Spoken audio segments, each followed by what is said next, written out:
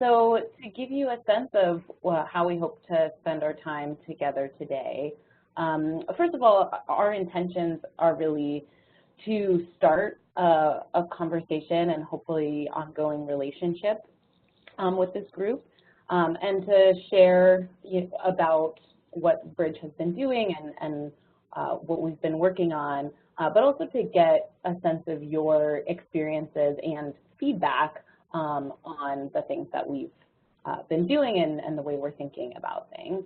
And also find out whether there are maybe ways to actually work together or to find ways for you to be involved in Bridge if that is something that feels of interest. So we're going to start by opening it up with a group question, and then we'll give you an overview about Bridge, where we've been and where we're headed. And then we'll talk a little bit more specifically about the guidance that we've developed around cross-sector results chains and evidence evaluation. And we'll hopefully have time at the end to talk about other opportunities to participate. And I also want to say this is intended to be a discussion, so we definitely have some talking points we'd like to share with you. And we'll also have some specific moments for questions. But if you're really jonesing to ask a question or clarify something, please definitely chime in at any point. So I did want to. This could be, this question in and of itself could take a whole hour, but just to get a sense of where people are coming from in this group. I wanted to hear challenges that you've been facing or opportunities that you've encountered in terms of incorporating human well-being dimensions into your work. So again, I know that's a pretty big question, but not all of you have to answer it, but just to get a sense of is this something that you are really grappling with and think about all the time, or you are a little bit curious about, et cetera. So anyone who has an answer you'd like to share, why don't you go ahead and chime in.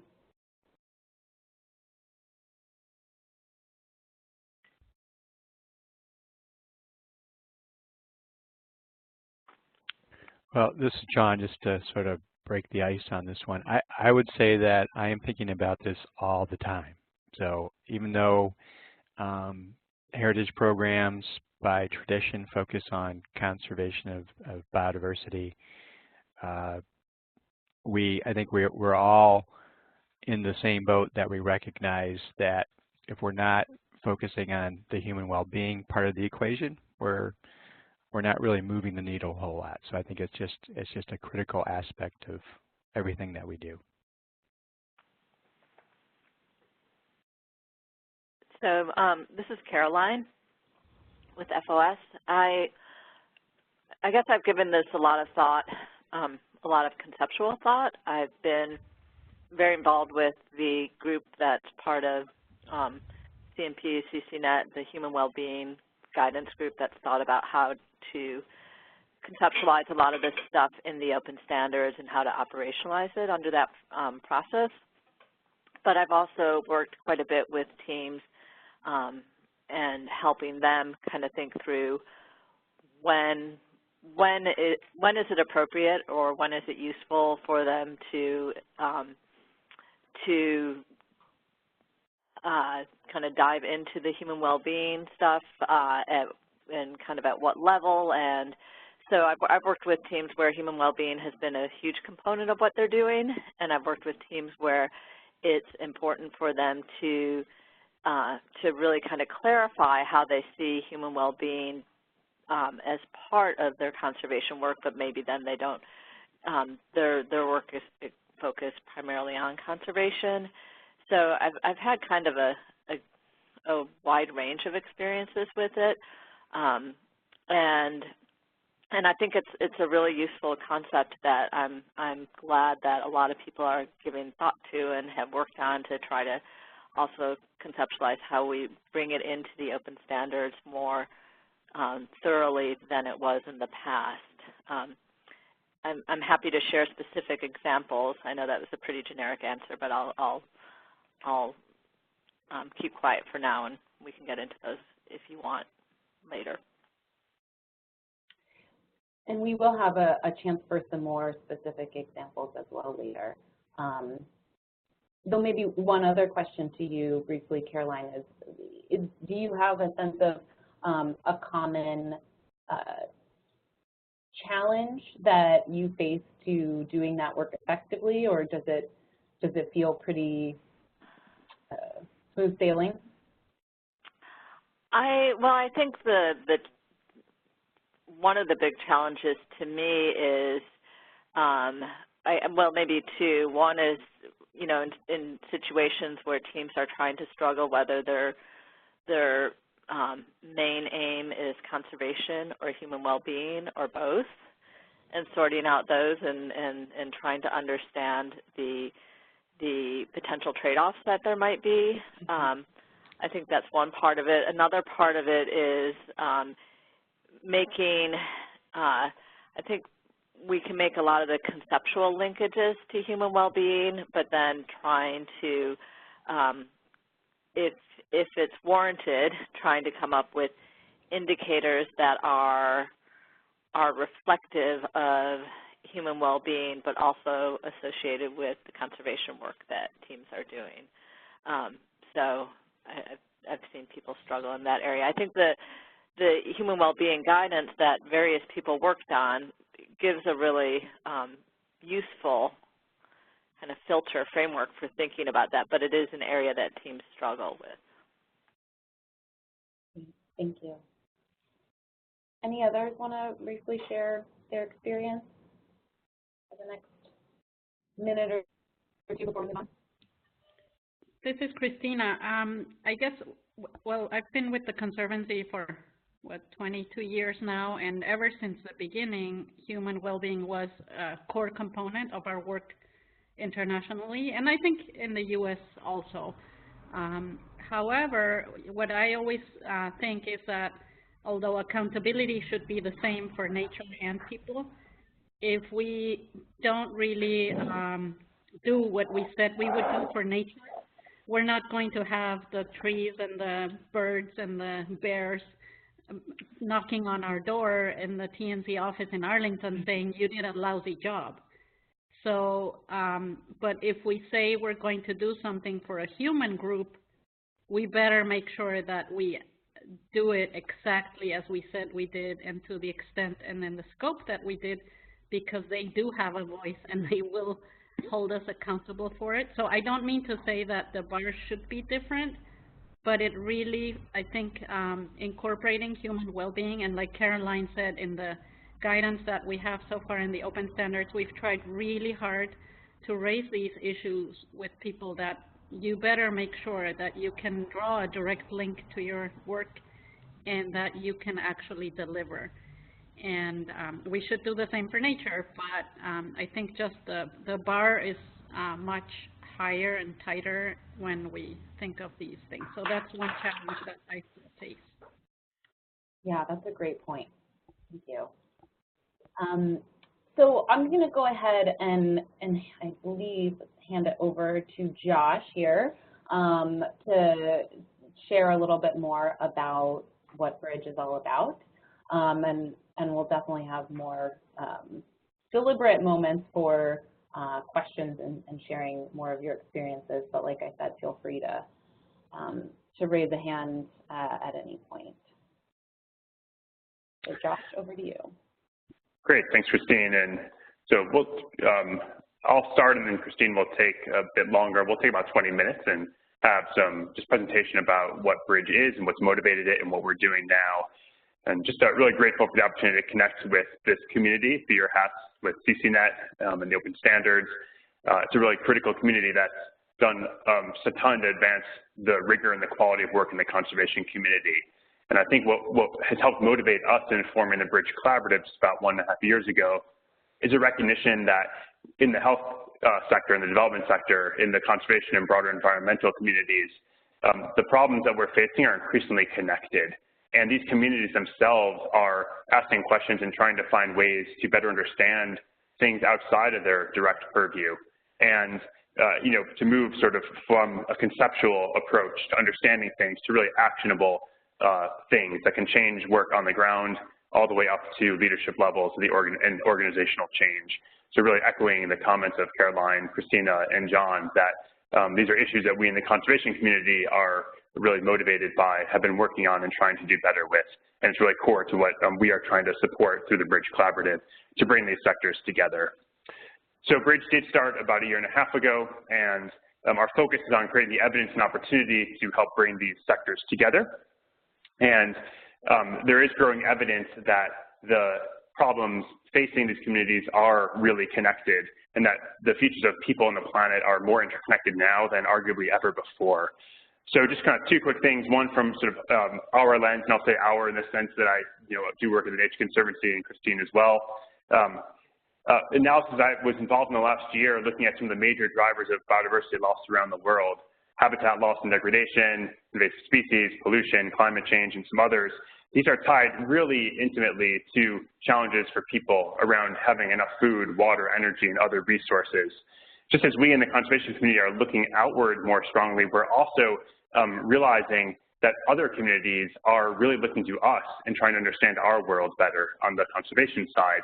And I'll note, for example, that in the global health community, really interesting statistics that came out just a couple months ago showed that 1 out of every 6 people around the world, the cause of death is linked back to an environmental risk factor. So the health community is asking these fundamental questions about how they better understand what's going on the environment side and deliver joint solutions together. And so the challenge ahead of us really is about moving from concept to action and finding concrete ways for us to engage groups like CCNet, our organization, the Nature Conservancy, and other conservation organizations, and also these many other ones in the health and development sector to have the methods, the tools, and the opportunities to drive concrete actions on the ground that helps biodiversity and human well-being in the most effective way together. So I did, just before I go further with BRIDGE, I did want to invite Nick Miller. He's really to thank for helping us get connected to Doug and John and setting up this call, and he's been involved with BRIDGE from the very beginning of working groups. And just wanted to give Nick a chance to share a bit from his perspective about why BRIDGE is interesting from his hat at the Nature Conservancy. So Nick, can I just pass to you just for a minute to share some thoughts? Sure, and I will take a minute and toss it back to you, Josh. But yeah, so I mentioned before I had the good fortune to be part of these working groups putting together. Initially, this started as a discussion around across the primary sectors that we've been working with.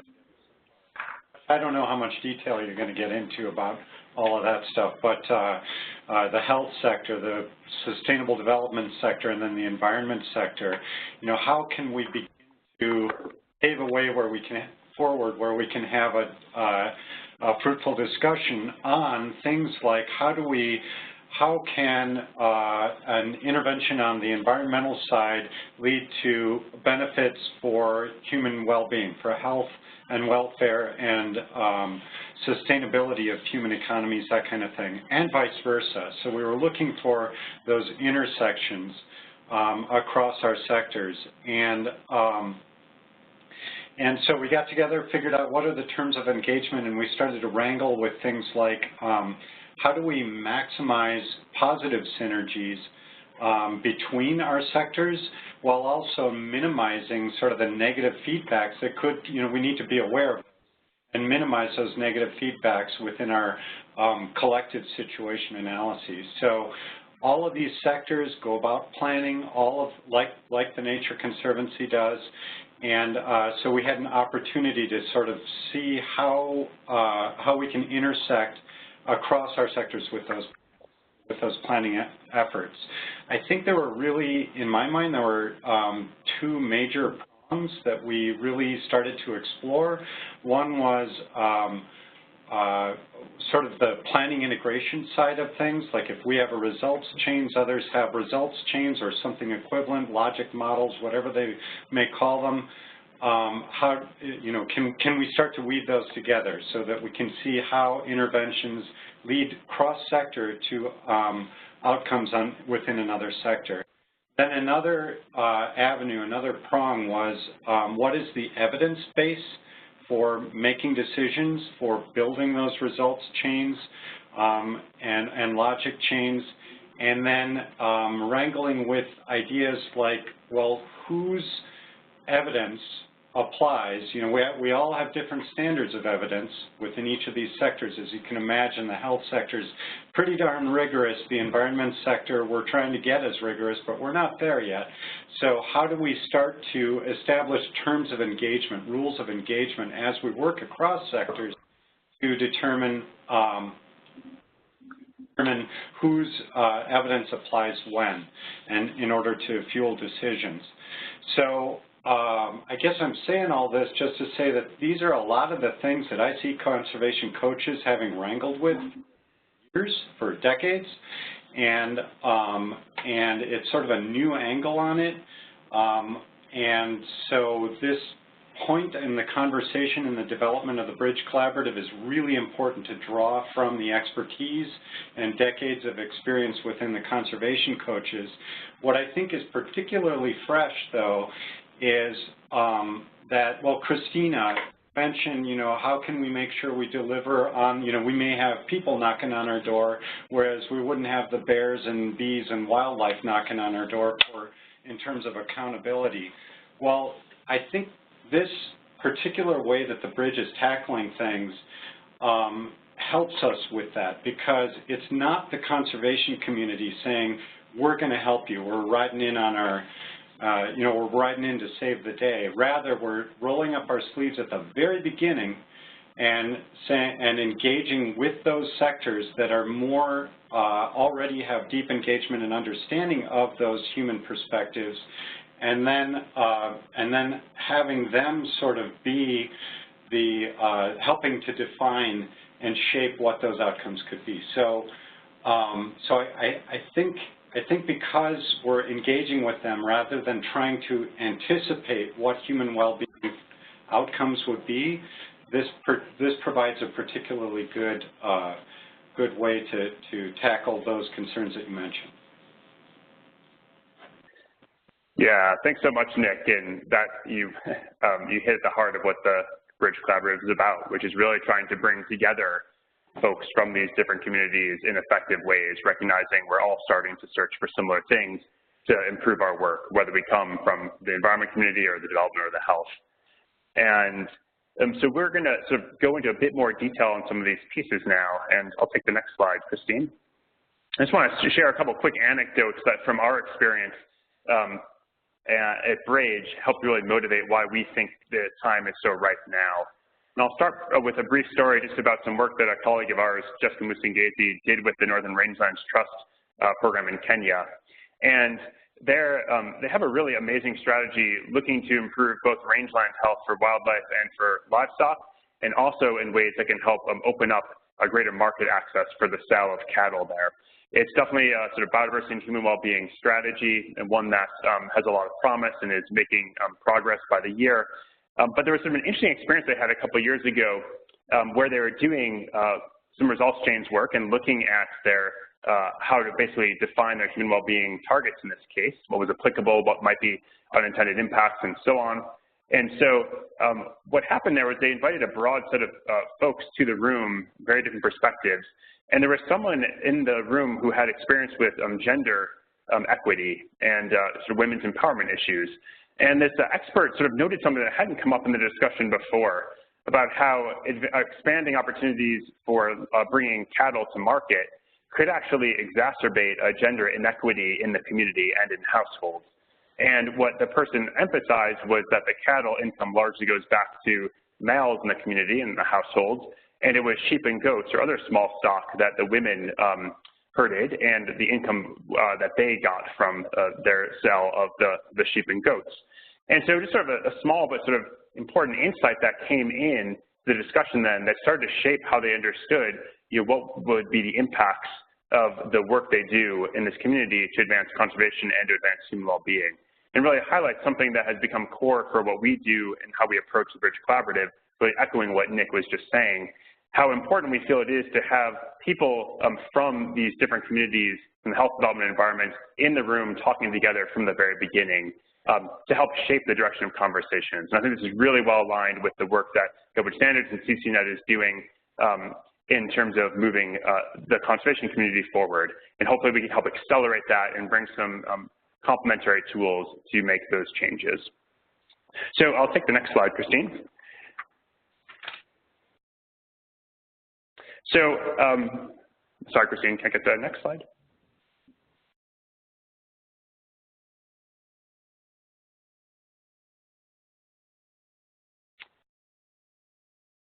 So let me keep narrating. Christine, when you get a chance, go ahead and just advance it.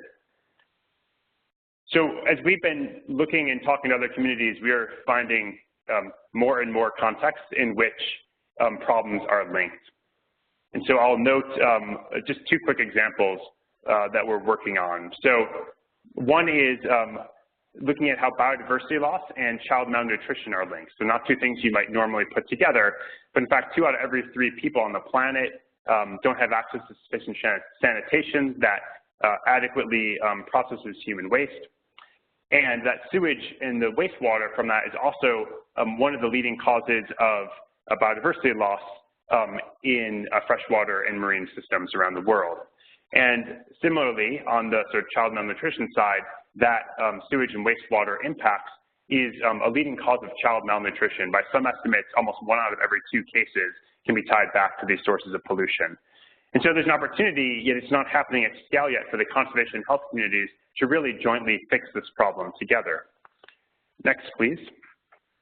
We also can sort of look at an example from California, some work that's happening with the TNT chapter there, where we're going to be talking with them about work they're doing in the San Joaquin Valley, an agricultural area, where they're looking at how they can prioritize agricultural land retirement and restoration in ways that works best for habitat, works best for water supplies, works best to minimize economic impact, but also then with our Bridge Hat, bring in a strong component on the health side, looking at the ways in which some of the pollution coming from agriculture is leading to nitrates in groundwater and also air pollution, both of which are becoming growing health problems in the valley and also ones that are affecting some of the poorest communities.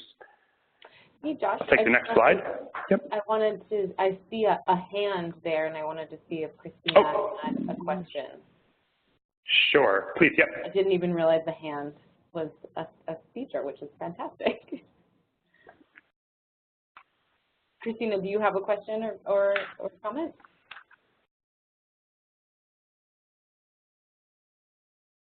If so, you're on mute. Okay. I also wanted to say that just a couple minutes ago, I had an internet bandwidth issue, so I don't know if that affected everyone else or just me. So I apologize if there was lag time here. So back to you, Josh.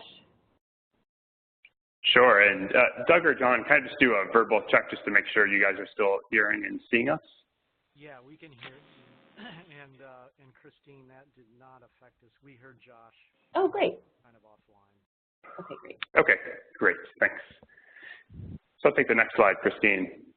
Just to sort of connect in, the hat I wear as a scientist of the Nature Conservancy with our updated conservation by design in the last couple of years, both the overall framework and the methods to apply it.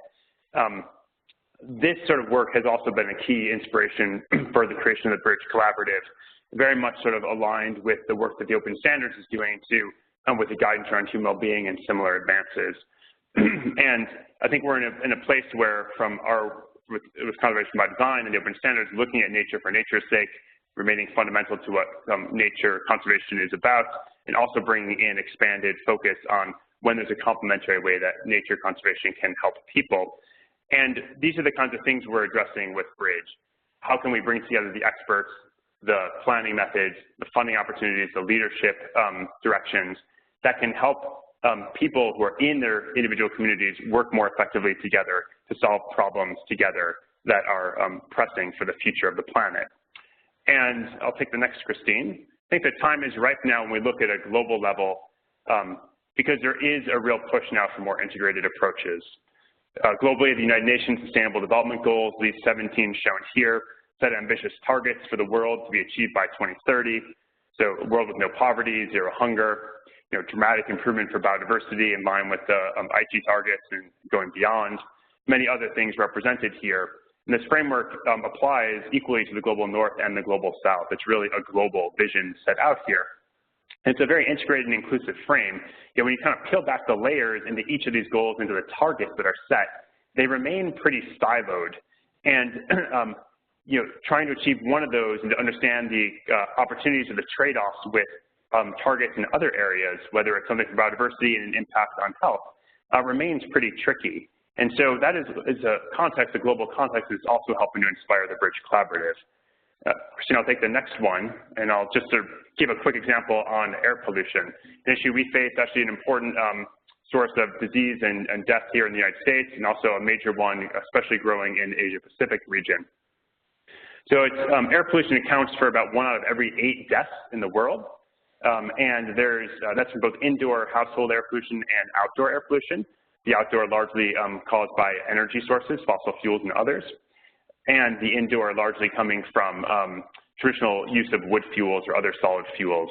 So there's an ambitious target in the health community to, in this case, substantially reduce deaths from air pollution and other sources of pollution by 2030.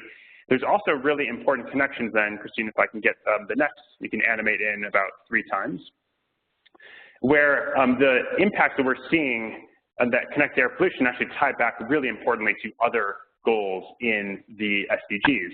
So on the nature side, wood fuel harvest is a significant challenge to terrestrial and freshwater systems, and it has a major air pollution. That same burning of the fuels leads to impacts on greenhouse gas emissions from wood fuels as well as from fossil fuels. And I'll take the next, Christine. When we think about, and the next one as well, we start to think about sort of solutions to this problem, there's really a joint point of entry and the kind of thing that Bridge is hoping to both elucidate and help teams practically plan and act towards, where clean energy can be a way to help advance all the goals shown here, to improve health outcomes, to advance clean energy and access to affordable energy for communities, to help improve cities and communities around the world, and also to address underlying threats to biodiversity and to the climate. And I'll take the next, Christine. And really there's a need for these more integrated approaches to make this change happen.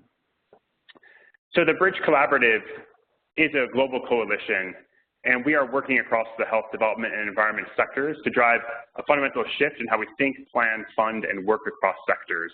And really what we are focused on most tightly is uniting people and organizations with the evidence and the tools, as Nick was saying before, to solve problems together.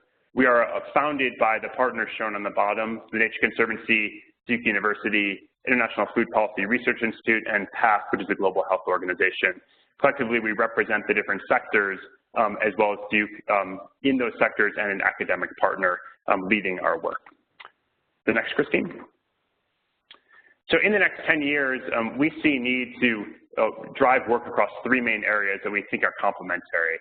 First, at the leadership level and organizational level, to drive changes in agendas, where the health, development, and environment communities can have aligned agendas and drive investment together to solve these major challenges, whether around air pollution, biodiversity loss, or other issues together.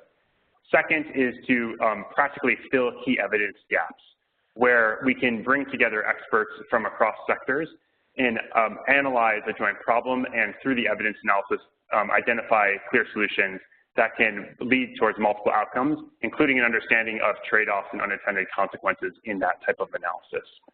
Third, and I think really strongly linked to this community, is really starting to catalyze action and advance the methods and the tools that can help these communities work together more effectively. We definitely see our work as complementary and in collaboration with groups like CCNet and other peers that are working similarly in the health and development communities. So that's a high-level overview of what Bridge is, what motivated us, and where we are heading in the next 10 years. Pass over to Christine to talk more about the nuts and bolts of what we've been working on recently.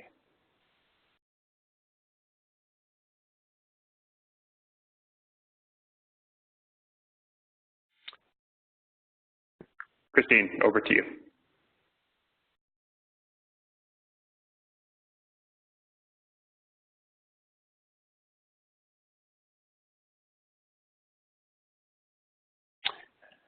Well, I've got a note that she's frozen, so what I'm going to go ahead and do is try to take the ball from her. see if I can become the presenter. So apologies for the technical difficulties.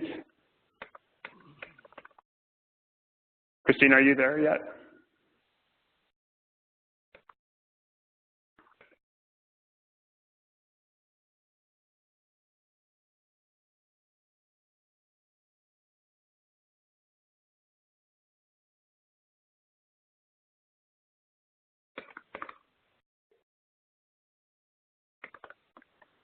Okay, sorry, let me just sort this out with Christine.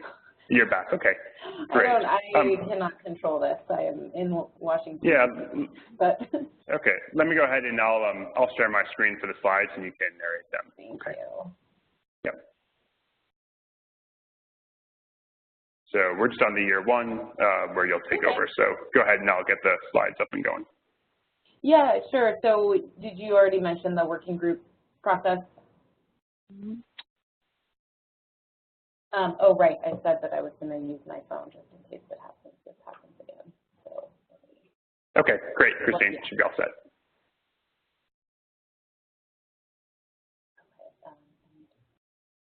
Okay. So I'm going to try to dial in while still speaking on this line. So in our first year, which actually precedes both Josh and myself, we convened about 150 people from a variety of different kinds of institutions that represent the three different sectors: academic institutions, research, bilaterals, multilaterals, nonprofit, et cetera. This, let's see, the slides back, we do have a beautiful photo of the working group participants.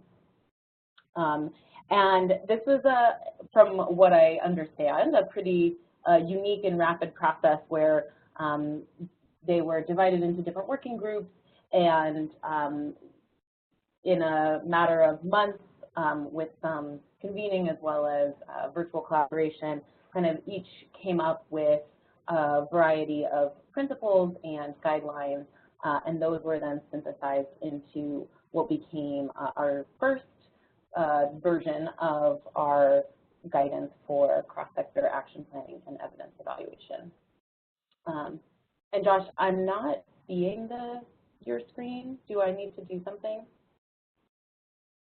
Oh, now I'm seeing it. Okay, sorry. I'm having all kinds of issues apparently. Thanks for. And just to have a verbal check again, they're seeing, there should be a photo of the participants up now. We can see it, Jeff. Okay, great. Thanks, Nick. Okay, so next slide. So out of that, we, like I said, we have our first version of what we're calling the practitioner's guide, as well as a policy paper. Next. And so now what we're looking at, what we're working on and going to be working on in the near future is bringing together the funder community, as well as other key leaders to really talk about why this matters and hopefully have funding that also aligns these priorities. We're also directly working on a few projects to fill evidence gaps that we believe are priorities. So one is on clean cook stoves and how that set of interventions can benefit forest, climate, and respiratory health, as well as nutrition. We're also doing an evidence synthesis on nature-based sanitation solutions that, again, benefits for biodiversity as well as human health, and rural energy access, and looking at how that is related to food and water security as well as the natural world. And last, but not at all least, we are really trying to work with practitioners and researchers to actually take steps in their projects to work with other sectors. And we're doing that both by testing these methods that we've developed and finding out what works and what doesn't through both short feedback engagements as well as much more in-depth engagements like case studies. So we're doing a case in the Gulf of Mexico, looking at how to balance goals across environmental, social, and the economy. We are working with refugee groups on looking at how supporting environmental assets actually also benefits humanitarian outcomes, and doing a project in Malawi looking at the farm input subsidy and its effects on both nutrition, agriculture, and conservation. Next slide. And so that's where we are now, why we're talking to you today. We are a bit behind on time, but I also recognize that we have been talking a lot. And I want to pause and open it up for any particular questions or reactions that have come up so far.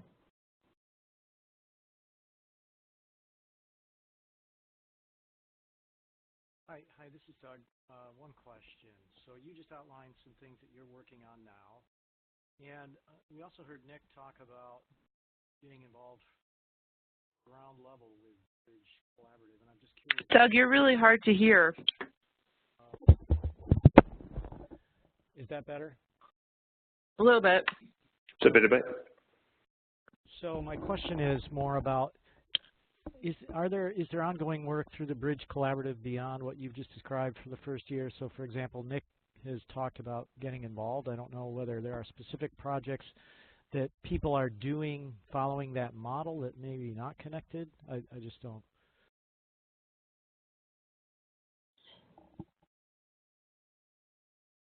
Yeah, so I think we'll get a bit into this a bit later on, I think, Doug, just in some of the work that's happening now and some of the opportunities to engage. So I think we'll answer that part going forward. But I think what we're doing now is two main components. One is there's some work directly through Bridge that we are helping to support. That are some of the things on this previous slide, where there are bigger efforts bringing teams together across sectors to look at joint entry points to problem solving. And through that, to help develop and improve the tools that Nick was mentioning earlier, and that we'll say a bit more about.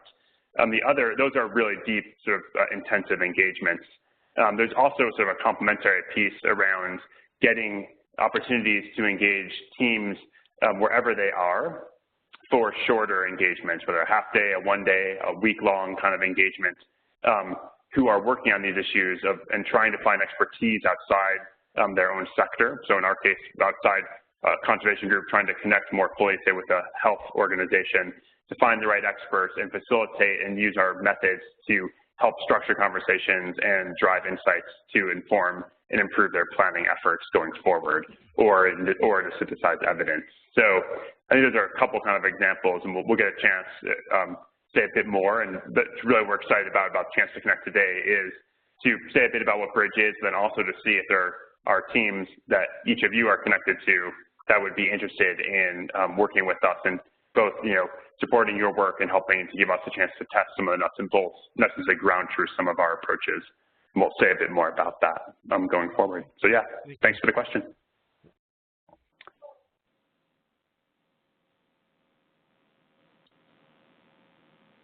Any others at this moment?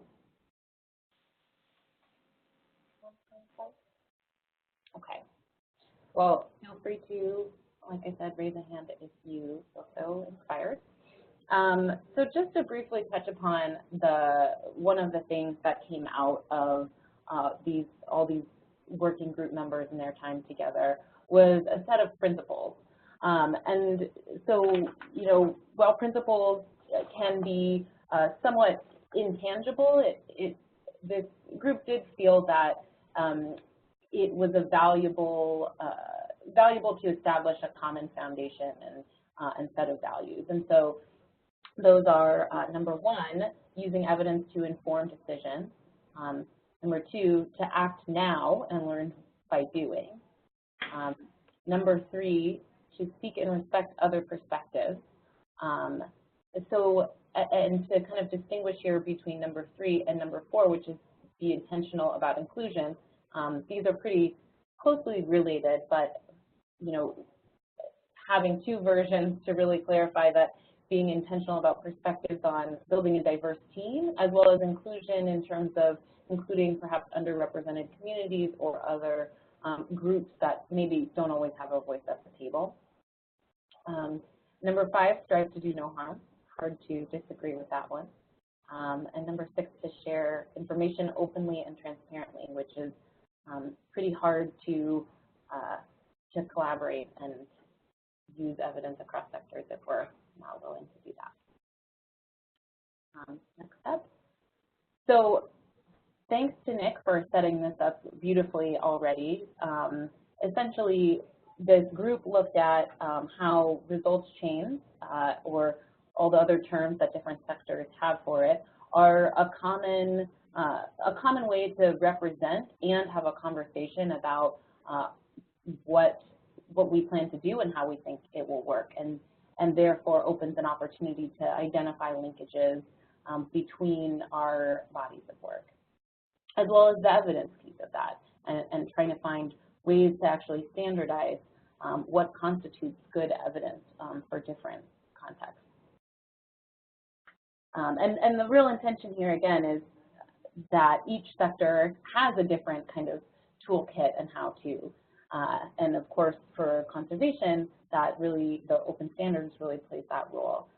And so knowing that these different groups have their different toolkits, trying to start to harmonize these how-tos. So next slide. So this I'm going to walk through is a really, really, really simplified version, but just to give you a sense of what we're talking about here with respect to results chains and finding linkages, and with a caveat that you will note that the formatting is not quite in sync with the open standards formatting. So I'm hoping you can still understand the meaning here. So in this first chain, this is representing an environmental group that seeks to increase the tree population of concern, where there is been fire intensity that has been increasing, and so they are proposing doing mechanical thinning to decrease the fire intensity and increase the tree population. At the same time, a health organization that is really interested in reducing respiratory disease is proposing to provide inhalers. And then third, we also have a development group that's really interested in local energy security and providing microsolar subsidy. And so these are 3 at this moment kind of parallel and disparate activities going on in the same area. But you know, if you probe a little bit further, next slide, you can see that actually, of course, decreasing fire increases air quality, which also has a positive outcome for respiratory disease. And at the same time, the decreased firewood use can have a positive outcome for trees as well as respiratory disease as well. So this is, again, really simplistic, but a way of showing that there are some of these potential synergies that are often not recognized and not taken advantage of. So I'll pause here again to reflect on your specific project experiences, if maybe if you want to draw upon one, and in the context of what we just shared with you, you know, what has been your experience in working with the health or development or other sectors? Has that been a part of any of the projects that you worked on, and kind of how did that go? No, just before we get into that, just to say that one thing we'll do after the call is send around a link to our practitioner's guide, which is sort of the nuts and bolts of the steps of how we try to get teams, like in the previous slide, who may be coming from individual sectors, to help support them in equally coming to the table and driving these insights about how they're connected in important ways primarily through a results chain, as we'll get to evidence evaluation approach. So thought we'd give a high-level presentation here and some discussion, and we'll also be able to follow up with more details for those who are interested through the actual Practitioner's Guide PDF after the call. So yeah, let's open up for any comments or thoughts here. Can I add one thing, Josh, to, I know that earlier, you guys hear me? This is Nick. Yes, Nick, yes. Yeah. I just wanted to make sure something that you said earlier gets carried through, and it kind of gets at Doug's question earlier, is that these guidelines and principles, well, the principles were developed, the guidelines are sort of a first take at how we might begin to venture into cross-sectoral work effectively. And so they were created in the spirit of, here's what we've got now, throw it out there, and then we can iteratively improve on this. So to Doug's question, I think one of the ways to engage, review what Josh was just talking about, those guidelines, and provide feedback, if I can be so bold as to say that, Josh. Yep, no, spot on, yep. And that's, I think, it's, we really are looking for teams to help, share what Bridge is about and find teams that are on this journey who can provide really candid feedback for us through, just as in a similar vein to how CCNet has been developing and Open Standards developing its tools in really effective ways. But thanks, Nick. Yep.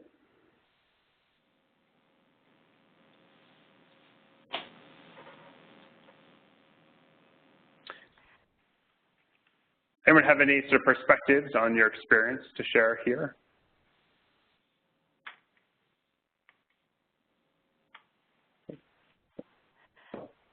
This is Caroline Stem again.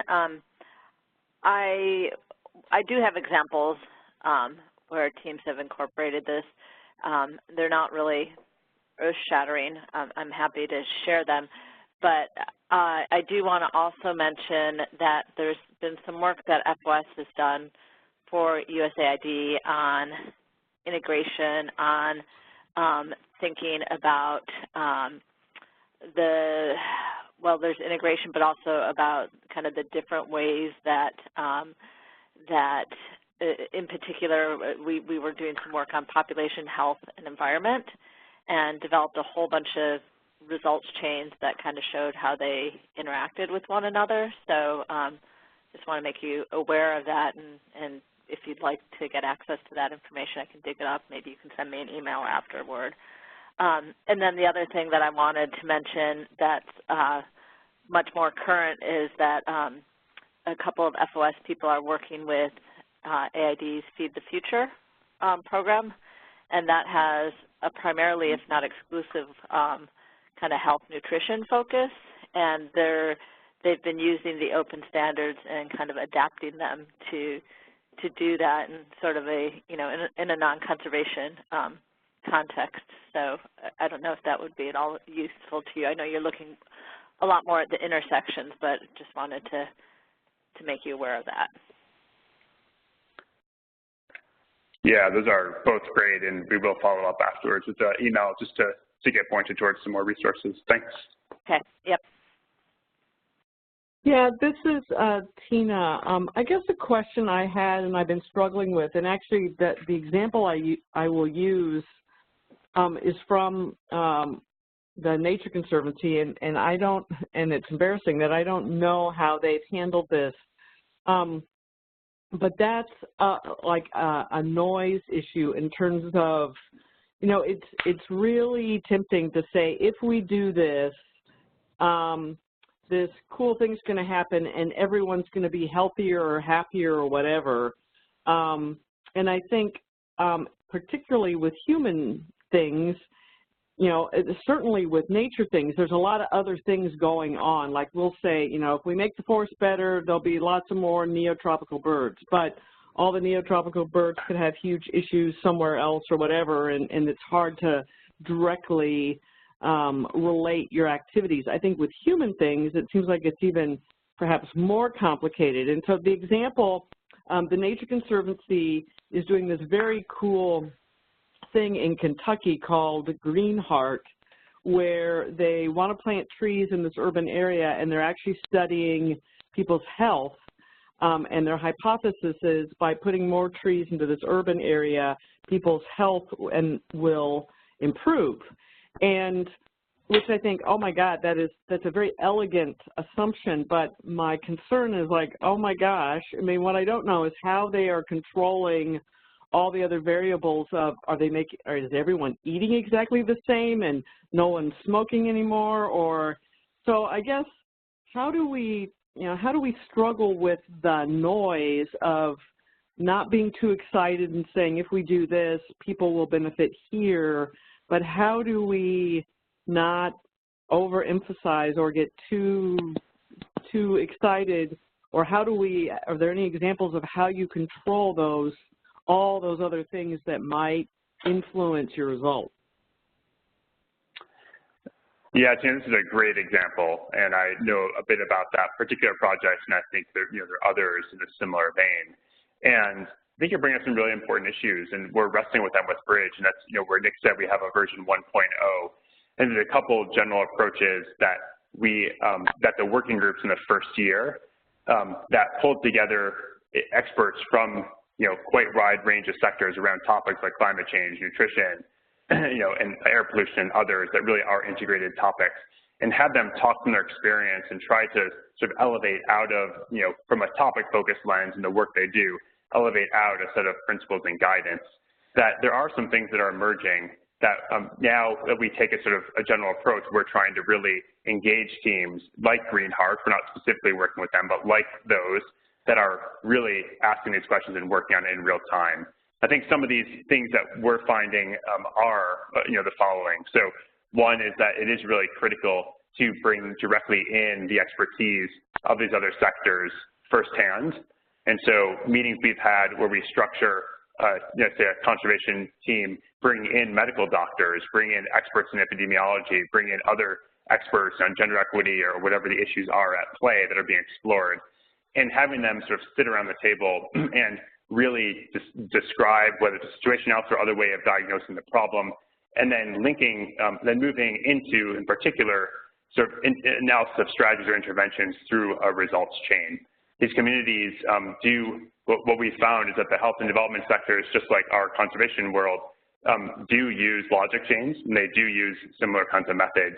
They're not fully aligned, and so our job is to help sort of crosswalk how we can align our terminology, have a shared understanding of what we're trying to do, represent things in a similar enough way, and sort of the nuts and bolts of practically getting teams to work together and to represent things. We had that sort of simple example before, but I think in the Green Heart example in Kentucky, it's a great example of, where I think they are engaging the medical community and those to really try to make sure that the pieces outside of our core work with the Nature Conservancy have strong expertise and evidence behind them, and things are set up in a way that meets the standards of that community. I think with Bridge, we are sort of trying to engage teams, in a wide range of contexts, not just with health, but also broader contexts that give us a chance to bring experts to the table and walk them through the logic flow where things can really get built out about what may not be things that come to my head or those of us on the call that link to the health and broader economic context. Similarly, where we can be a strong voice at the table to talk about where a health intervention may have an unintended consequence or a positive spillover benefit to the conservation world. So stuff is definitely, I think we're all very much in this call, like in the ground floor here, working through things in real time and trying to figure out, as Nick was saying, are some of these methods we're developing incremental improvements. I will say that we really have found just magic happening, even from short sessions where you bring, for example, medical doctors or epidemiologists or others with this expertise to the table to start to talk through things.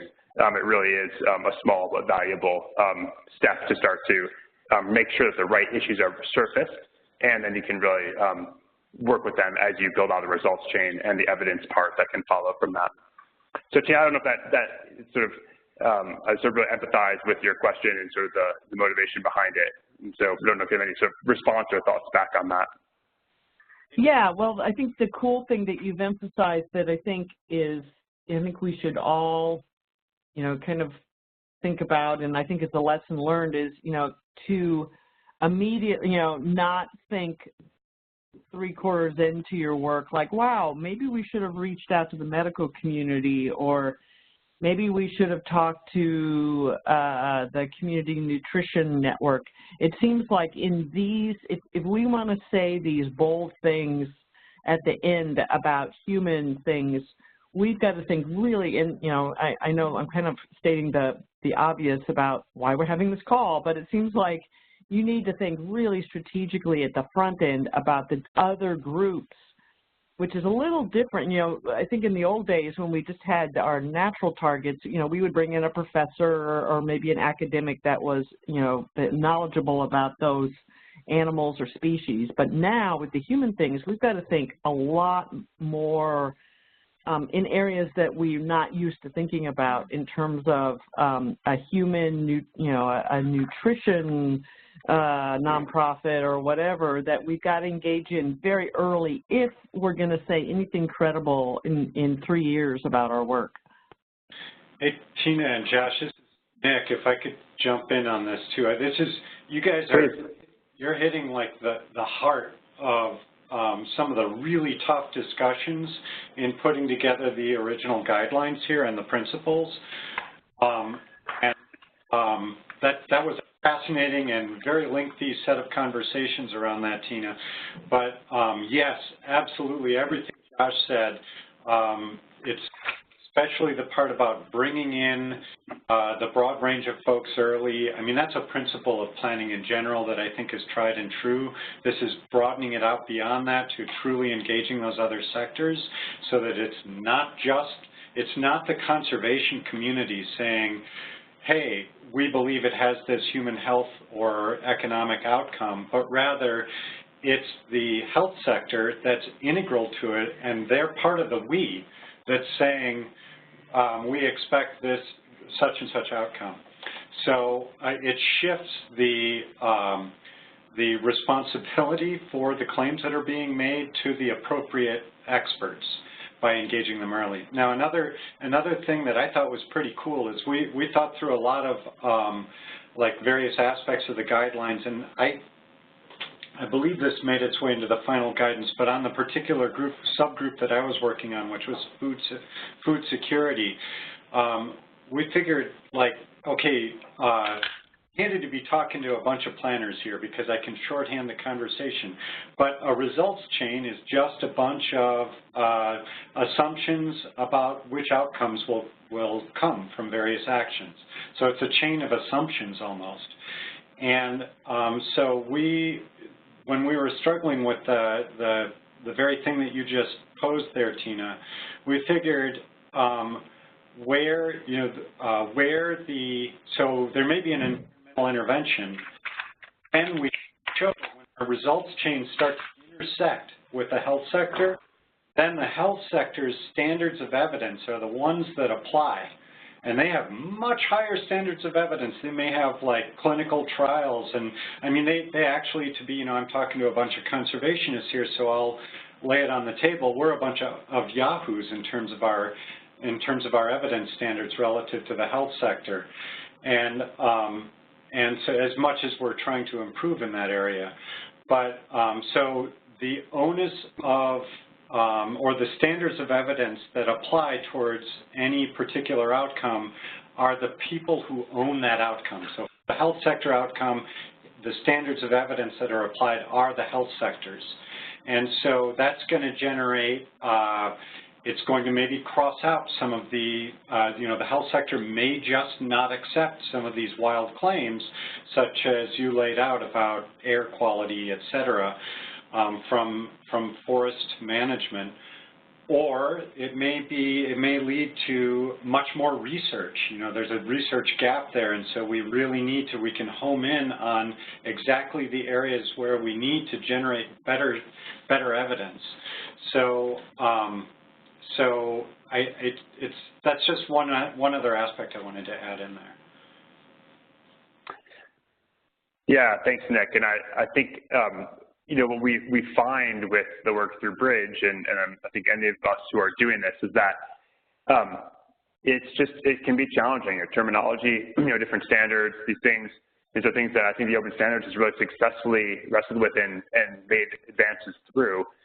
We're trying to now take a sort of complementary and hopefully added point of entry to continue advancing ways that these sectors can start to understand each other better and work more effectively together, and to really be credible in the interventions we pursue and the outcomes that we are seeking for human well-being and for biodiversity. And so I might, just sort of seeing the time, I might move us just to the next step here. One more quick thing just in response to the conversation that Tina and Nick has said is that something through the collaborative that we are trying to do is we are connected to 150 or 200 so people from across these sectors now, and we have a growing community. And we're trying to find ways to more directly and nimbly connect experts to each other.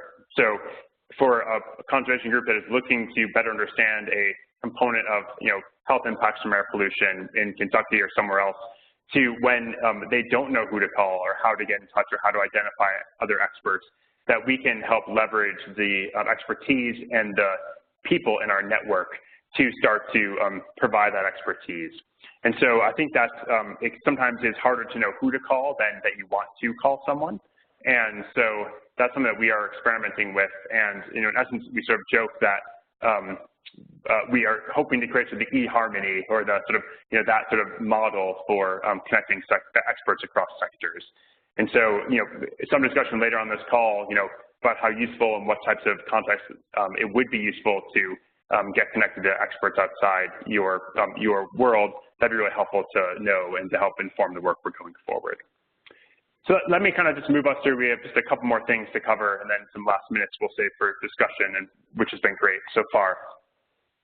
So Nick's comments, in the discussion really tees well into the second major piece of what we did out of the working groups in the first year, which was develop an evidence rubric, a way to start to take, this diagram represents sort of steps in the direction of a multi-sector results chain, recognizing how interventions and strategies in the conservation or the health or the energy sectors actually linked to shared outcomes for health, development, and environment.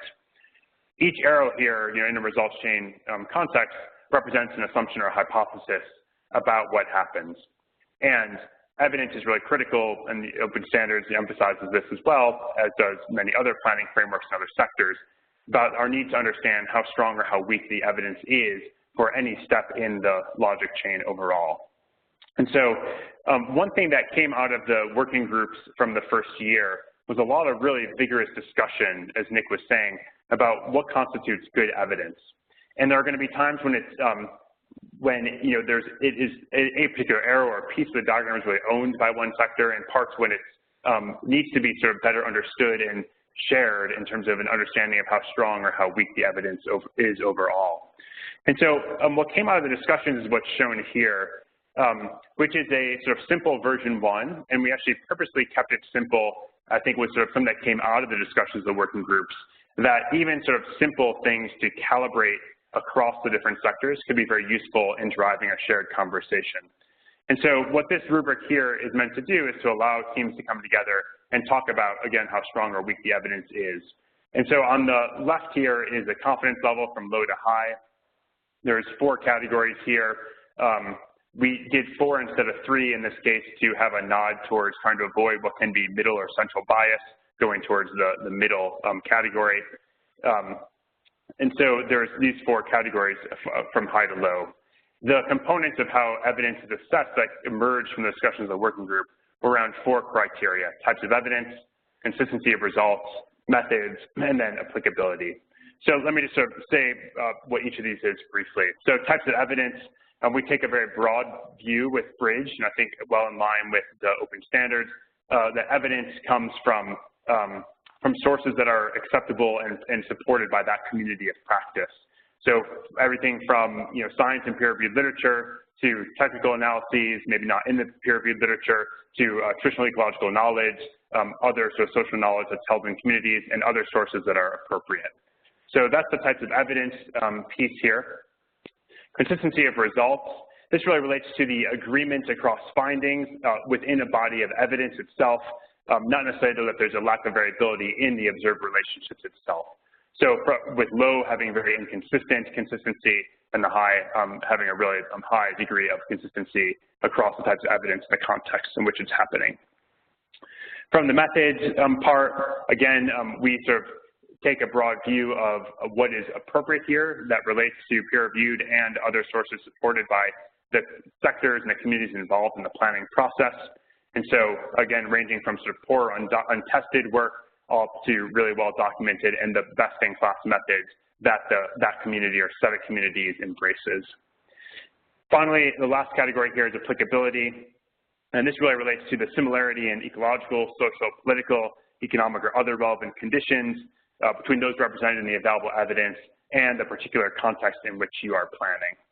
And so taken together, this, I think, really structures a conversation around evidence, linking that in a way that can drive conversation across sectors, experts who may not have interacted much before, who have a shared reason to because of the structure of the results chain and the broader problems they're working on, to have sort of a roadmap that they can use to navigate into the evidence conversation and to start to wrestle with these tough questions about different standards, different approaches, different methods, and be able to actually have a constructive dialogue about that, and ultimately come out with an ability to start to say within a results chain where the place is really strong, high levels of evidence, and really low or weak points in that. This drives insights across the team. I think particularly important in a cross-sector context, can help point towards where further research or investigation could be helpful, where monitoring and evaluation could be most critical. Again, I think these issues are all ones that the individual communities of conservation, development, and health have been advancing really strongly themselves. Here, we're trying to sort of elevate the importance of these sectors having joint understanding of how to navigate through evidence questions and orient them towards their work best.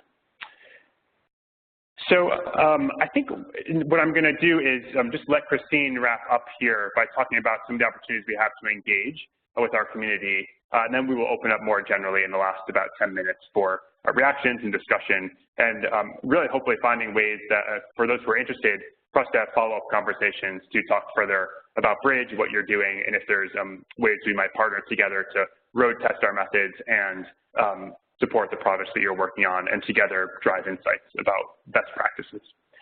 Christine, over to you. Great, thanks. Yeah, so I think we touched upon this briefly earlier to Doug's question, but we're in, I think, a fairly unique position at the moment where we're really eager to roll up our sleeves and work directly with teams that are interested in kind of taking some of these steps. And so what that means is we are in the process of identifying several different kinds of projects, both within the U.S. as well as internationally, on projects where there is an interest or curiosity, at least about how to best incorporate some of these human well-being dimensions, and we would then work with you to both identify, help identify what those real areas of expertise might be, and try to bring in some of the right people and facilitate that dialogue, whether in a kind of shorter conversation virtually or even in maybe a more hands-on workshop. That's something that we are scoping out on a case-by-case basis. So that's a real concrete opportunity that is available right now for folks who are interested. And you can certainly ask more questions right now, and you can follow up with me later if it's something that you want to think about. I'll also share more information to the group after the call, and the group more widely who weren't able to make it on this call. And just to also, I guess before I pause, I'll also say that similarly, but I guess a little bit different, is at the same time we really want to, merge best practices with others that are thinking in the same way. So a kind of slightly different type of engagement that we would be interested in is sitting down with other groups that are maybe on a similar journey and kind of comparing our guidance and finding where there may be discrepancies or ways to learn from one another as we look to further iterating what we've developed so far. Christine, this is Arlene. Can I ask a quick question? Yeah, please. Okay. Actually, just not so much a question, but a comment. Just wanted to share that the next version of Marathi, which is 4.5, which is probably going to be coming out the end of March or early April, will include, there's folks at the Nature Conservancy, FOS, and others that have been working on including ways of documenting evidence in Marathi files. Right now, this is largely includes if there are arrows between factors in a conceptual model, being able to note how confident the designers are in the relationship between those factors, what kind of evidence, some of the things that Josh, you showed in your rubric of evidence are as part of that. So I think that's going to be really interesting. And that's also a part of the results chain view where you will be able to have different strengths of arrows, for example, in your results chain based on the strength of the evidence that you have for those relationships, and be able to document the source of the evidence and confidence in the evidence, many of the things that you mentioned. So there's an alpha version being reviewed right now, but there should be the next version coming out here in just the next few weeks. So this will be a really exciting version for you folks to review and potentially comment on. And yeah, that's really exciting to hear. Yep. Sorry, go ahead. Yeah, this is Caroline. Just to clarify one part of what Arlene said, there's a lot of, there won't be the ability to have different thicknesses of arrows. Unfortunately, that's a much more difficult programming fix than is worth the money. But there will be the ability to have dotted arrows as an option to kind of show uncertainty or less certainty. So that was kind of the workaround on that. And then currently you can use different colors to indicate different things. So there's that function will still be there, a whole range of colors for arrows. Great. Yeah, for Arlene and Caroline, is there someone that is on lead for this work that we might be able to connect to? I think there is a lot of sort of shared direction forward. It'd be great to sort of talk and learn more and share notes. Yeah, well, so I'm on the Marathi team, and there is a group of CMP and CCNet representatives on that team. So it'd probably be more of, chatting with the team. I will say that we're kind of in what's called the sprint of the software. So we've made a lot of decisions, and the developer has gone through and evaluated how much it would cost to do different things, and we've kind of made prioritization. So I don't know how much opportunity there is for weighing in, but we'd certainly welcome ideas and feedback, and if not now, maybe for a later version. Yeah, that sounds great, and I can appreciate the sprint very well. So. Oh, and actually, I should mention that one of the people on the Marathi team he's a TNC employee, Dan Salzer. He's been on since the very beginning. So okay, great. He's somebody you might want to talk to. Yeah, yep. I know Dan. I will. We'll make sure to reach out. Great. Someone was going to jump in, and I apologize. I cut them off. So that person would like to jump in. This is Doug. That's fine. I was just going to say, I also think that's pretty exciting. I was wondering about that as we were seeing your diagram, whether that's something that Marathi could accommodate. So that's great. I had a question on your rubric of evidence, and it occurred to me. Can you hear me okay? I can, yes, sorry. It's just a little bit quiet, but I can hear you when I hold it, yep. You know, I think for evidence to be considered highly confident, you'd probably have to score high on all of those components. But if you That's correct, yep. If you scored low on any one, for a particular audience, that might kind of lower the confidence level all the way to low. So how do you kind of integrate different scores across those 4 components of confidence? And maybe you don't need to answer that now, but I was curious. Well, I'll give a quick answer, then I think there is nuance to that we're testing this, and groups are helping us understand how they can use this to best facilitate, basically calibrate across their own team. But in essence, we do mean that high has to meet all 4 of those criteria. So if one is below the high ranking, then it does need to drop down to a lower ranking. What it drops down to, I think we're sort of filling that out with groups, but it certainly would not meet high if it doesn't meet the 4 criteria in columns 2 through 5 in that diagram.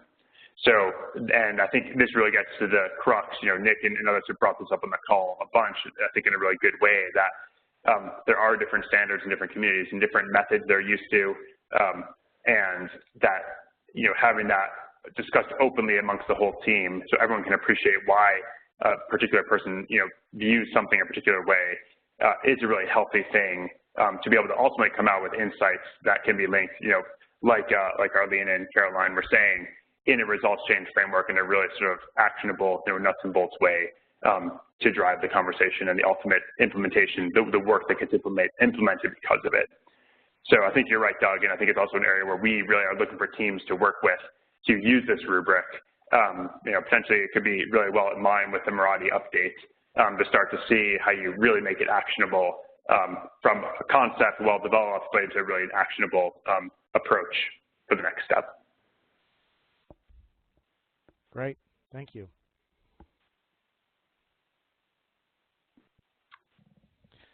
Any final questions or comments? Yeah. Go ahead, John. Oh, yeah. I have one last question, and it's kind of a big question, but one of the things that maybe is on everyone's mind is, what do you think the main difference is between Open Standards, Conservation by Design 2.0, and the Bridge Collaborative? Because it seems like there's a lot of commonalities between those 3 different methodologies. And I'm just wondering if you guys had thought about that at this point in time, or if you're still kind of figuring that out.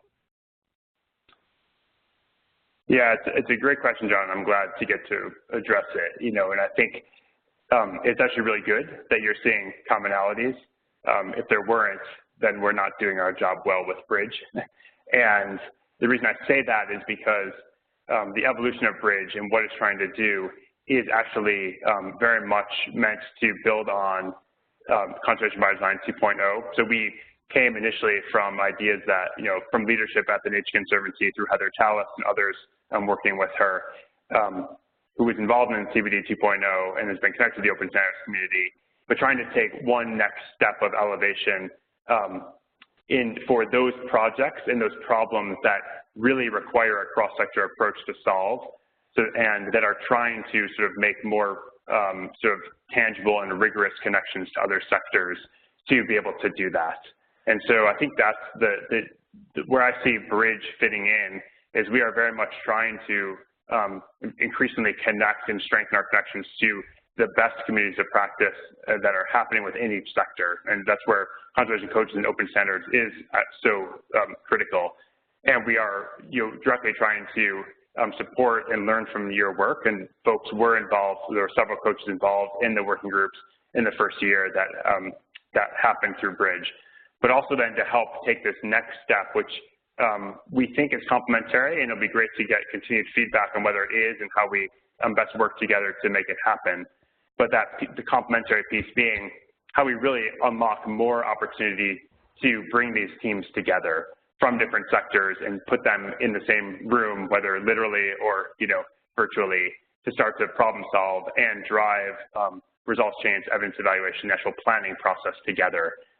We've found, and I think it's very much open standards, and others are on this journey as well. We're trying to sort of be a way to connect with those sectors more strongly. So that's maybe sort of a thought for where BRIDGE is trying to fit in very much in a complementary and supportive way to work with these other communities to together advance remain some pretty tough challenges to get our work done. So John, I don't know if that resonates or not. Would welcome some sort of candid feedback. I know we'll quickly need to move to wrap the call. No, that was great. Thank you. And just one last comment on that from my perspective is that, these groups came together and started with a set of guidance, which is easy to kind of put side by side with others and kind of compare and contrast. But I think, the exact vehicle for having these cross-sector linkages and dialogues might not end up really being through guidance itself. We may learn that what's really needed is, other channels for bringing folks together, or other ways that we as BRIDGE might be able to serve that mission. So we've started with guidance as a way to start the conversation, but definitely don't want to be duplicating efforts and don't have to be focusing on guidance if we realize that that's not really our role to play.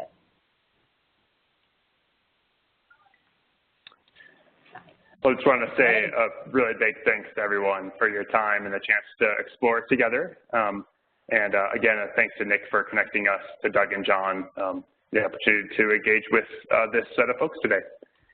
So Doug, we'll pass back to you just for a final wrap, but thanks so much. Sure, and thanks, Josh, to both you and Christine.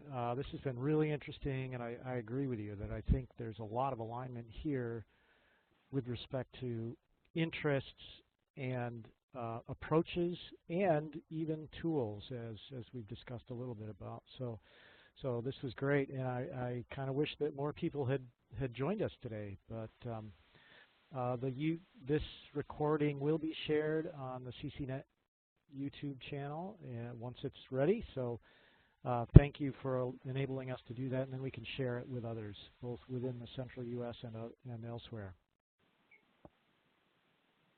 Great. Thanks again, everyone. Appreciate your time. Thank you. Thanks. Thanks, everyone. Thank you. Bye-bye.